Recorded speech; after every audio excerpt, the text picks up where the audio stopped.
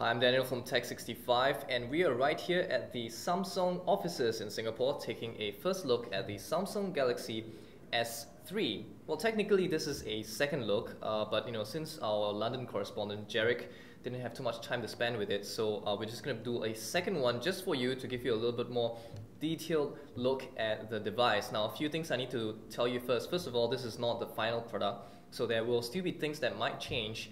So as a result, there are certain things that we will not talk about, such as battery life and all that, because there's no point. They're all going to change. Secondly, this is the first time I'm using the phone, so I'm discovering everything by myself as much as I can for you guys within the short amount of time that I've been given access to this device. So let's start right now. We're going to go from outside in. The first thing that you'll notice is that this phone is quite slim, and it's got a lot more curves than the Galaxy S2, so that definitely feels nice in your hand right now. However, the casing is still plastic. This time the plastic looks a little bit more premium, but it's still plastic. This is a 4.8-inch display at a resolution of 1280 by 720, which is, by the way, HD. This is a Super AMOLED display, so not a Super AMOLED Plus, but just a Super AMOLED display, and this is using a Pental display.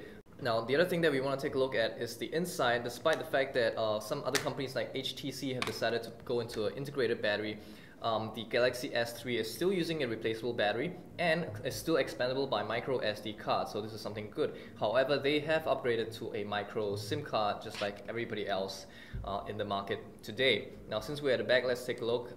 This is a 8 megapixel camera with a LED flash. And on the front here, you have a 1.9 megapixel camera, which is pretty amazing. This is the highest resolution for a front-facing camera so far. And Samsung's desire to make these two buttons disappear has gone up to another notch in the Galaxy S3. The touch-sensitive controls on this side completely disappear. You don't even know where the buttons are when the LED light turns off. So I guess this makes the phone look cleaner and prettier when the phone is off, but when it's on, the lights will disappear really fast. Fortunately, there is a way to change that in settings to finally leave it on forever, so that's a plus point. In terms of buttons, they've maintained a very clean design here, so they've got a power button on the side here. So I talked about this before, about how with the power button on the side, you can actually very easily unlock the screen and use it with just one hand, so that's very nice. No other controls, there's no camera button, there's just a volume control, and there is a micro USB port. So apart from that, everything else is pretty standard. So let's take a look at the software right now based on what we have here. This is the new unlock screen, and there's no specific things that you need to do. All you need to do is just slide. So you can just slide anywhere like this and it will unlock. And in fact, you know how HTC Sense has this ability for you to launch an application from the lock screen? Samsung has done the same thing. So when you turn on the phone, all you need to do is just drag an icon such as the camera, just drag it upwards in any direction you want, and the application will launch automatically. So that's a very nice trick. And so this is Ice Cream Sandwich Android 4.0, and one of the things that we've always been very curious about is how Samsung will be implementing TouchWiz on the Android 4.0, and fortunately they've done a pretty good job. Look at this, they've added this whole row of buttons for you to turn on Wi-Fi, and all that kind of stuff very easily. Just a little tap from anywhere in the phone, as long as the notification panel is there, and you can actually do switch on and off stuff. The other thing that we've also been curious about is the application launcher. So far, every single Honeycomb and Ice Cream Sandwich device, even those from Samsung, did not give you the ability to rearrange the icons in the application launcher. And fortunately, Samsung has maintained that still on the Galaxy S3. Just hit the contextual menu button and hit the edit button, and you can rearrange the icons to your heart's content in any way that you want. Why is this important? Because this aids in muscle memory. So what is muscle memory? It means that I know that the music player icon is on the top left corner of the second screen, and then I'll just quickly go there and I'll just hit it. This allows you to also categorize the applications in any way that you want. You want to have all your social media applications on one screen, you want to have all your music player applications on the other screen, you can do that, right? And still, they've maintained some of the stuff, the cool stuff from TouchWiz, for example. the application launcher goes from one end to the other, just goes into a cycle, and you can quickly just touch the little dot and it will jump to a different screen. And also, while we're at it, you will also have noticed that Samsung did not follow the traditional Google phone standards, the Android phone standards.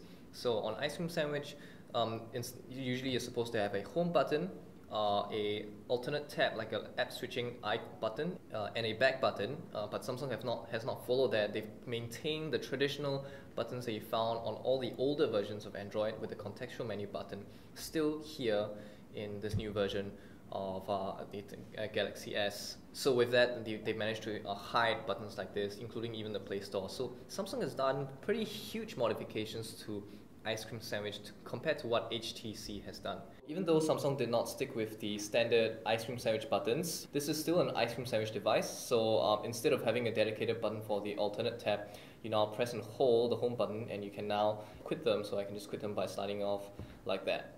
One other thing that Samsung introduced with the Samsung Galaxy S3 is something called S-Voice, and basically it is a competitor to Apple's voice activation software known as Siri. You might have heard of that. And it's very similar in terms of capabilities as well, but the version that we have right here, this is an alpha, so it's not even a beta, so there's a lot of stuff that still don't really work yet, but some of the basic stuff you can do, for example, tell me the weather right now.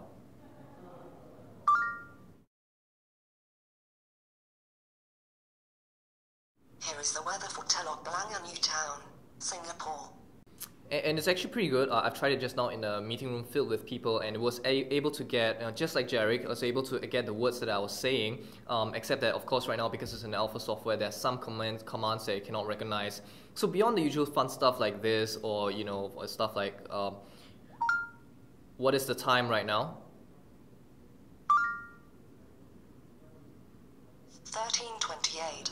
I mean, simple stuff like that. It can also do other stuff, you know, since it's an Android phone, it can launch applications as well. For example, open camera.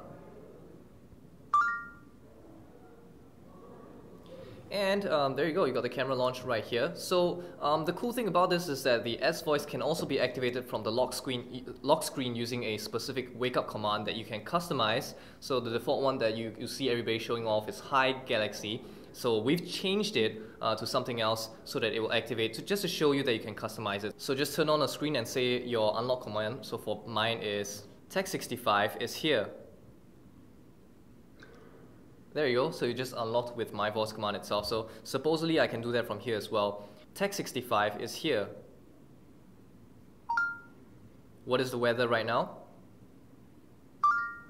And there you go. Without even touching the phone at all, I've been able to do all of these kind of stuff right here. Here is the weather for Telok Blangah New Town, Singapore. And here are all the other commands that you can do.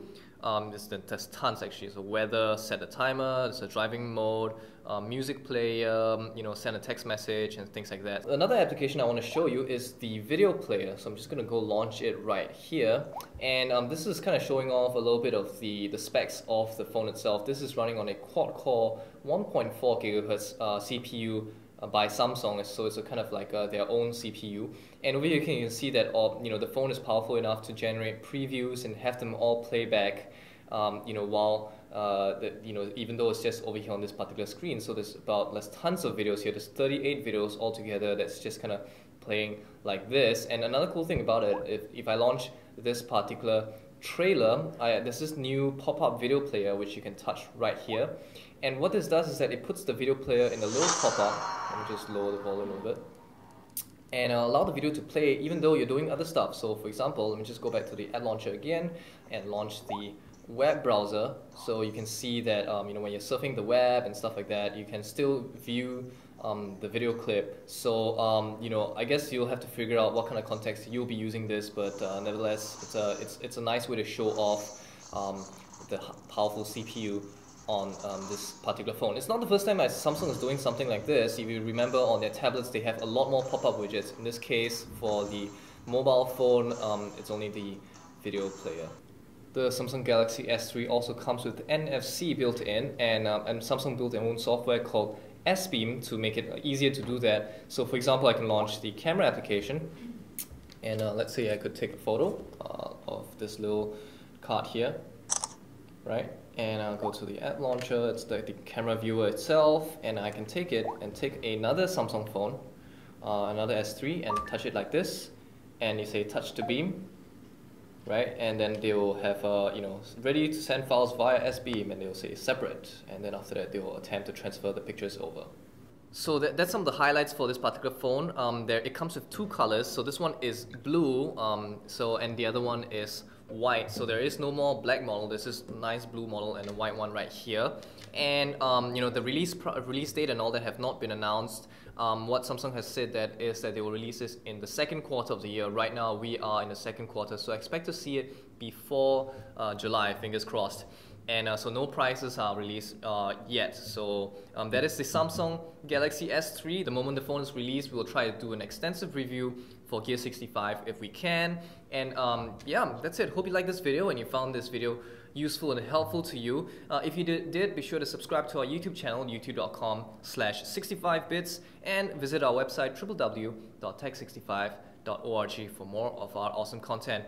Don't forget to give us a thumbs up. You can find the thumbs up button in the corner of the YouTube screen. That will let us know that we're doing a good job, and it really, really helps us. So thank you very much. See you guys soon. Bye.